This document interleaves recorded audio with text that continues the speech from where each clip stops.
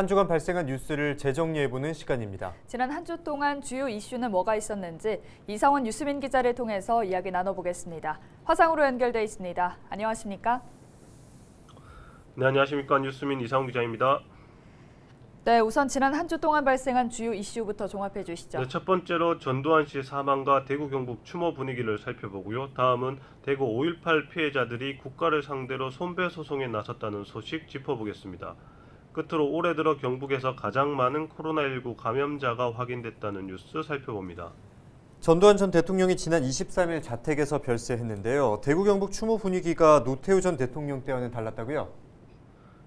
네, 12.12 군사 쿠데타와 5.18 광주민주화운동 유혈 진압 주역인 전두환 씨가 지난 23일 자택에서 숨졌습니다.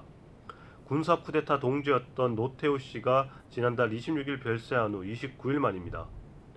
지난달 노 씨 사망 당시엔 국가장 여부와 상관없이 분향소 설치에 나섰던 대구시와 경북도는 전시에 대해선 그렇게 하지 않았습니다. 대구시와 경북도는 전시의 장례가 가족장으로 치러지고 국민 여론을 고려해야 한다면서 분향소를 설치하지 않기로 했습니다. 다만 권영진 대구시장과 이철우 경북도지사 명의로 근조기를 서울 세브란스 병원에 마련된 빈소에 보냈습니다.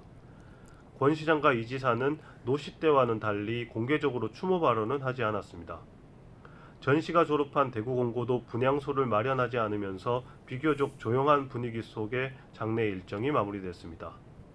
네, 1980년 5.18 광주 민주화운동 당시에 대구에서 관련자로 지목돼 고문당한 피해자들이 국가를 상대로 손해배상 소송을 제기했다죠. 네, 지난 26일 전두환 정권 시절 불법 구금과 고문을 당한 피해자들이 국가를 상대로 손해배상을 청구했습니다.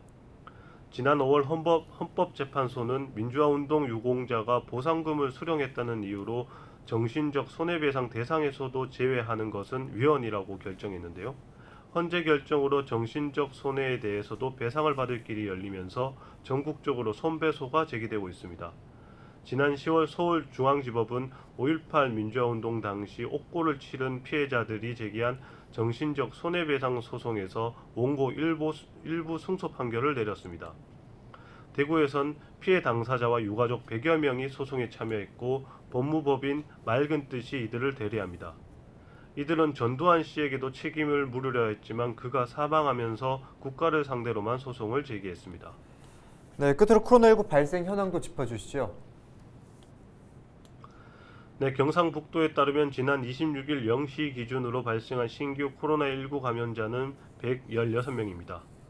진폐증 환자들이 입원한 문경 소재 병원에서 집단 감염이 발생했고 경산 소재 학교, 칠곡 소재 사업장 등 일상 공간에서 집단 감염이 산발하는 탓이 큽니다.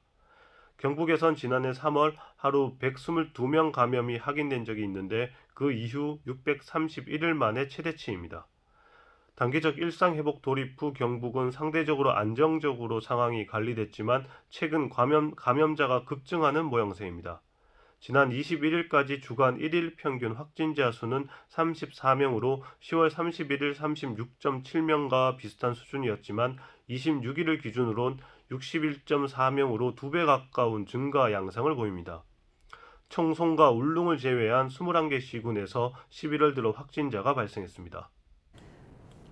자, 오늘 주간 이슈 점검은 여기까지 듣겠습니다. 고맙습니다. 네, 감사합니다. 네, 지금까지 이상원 뉴스민 기자였습니다.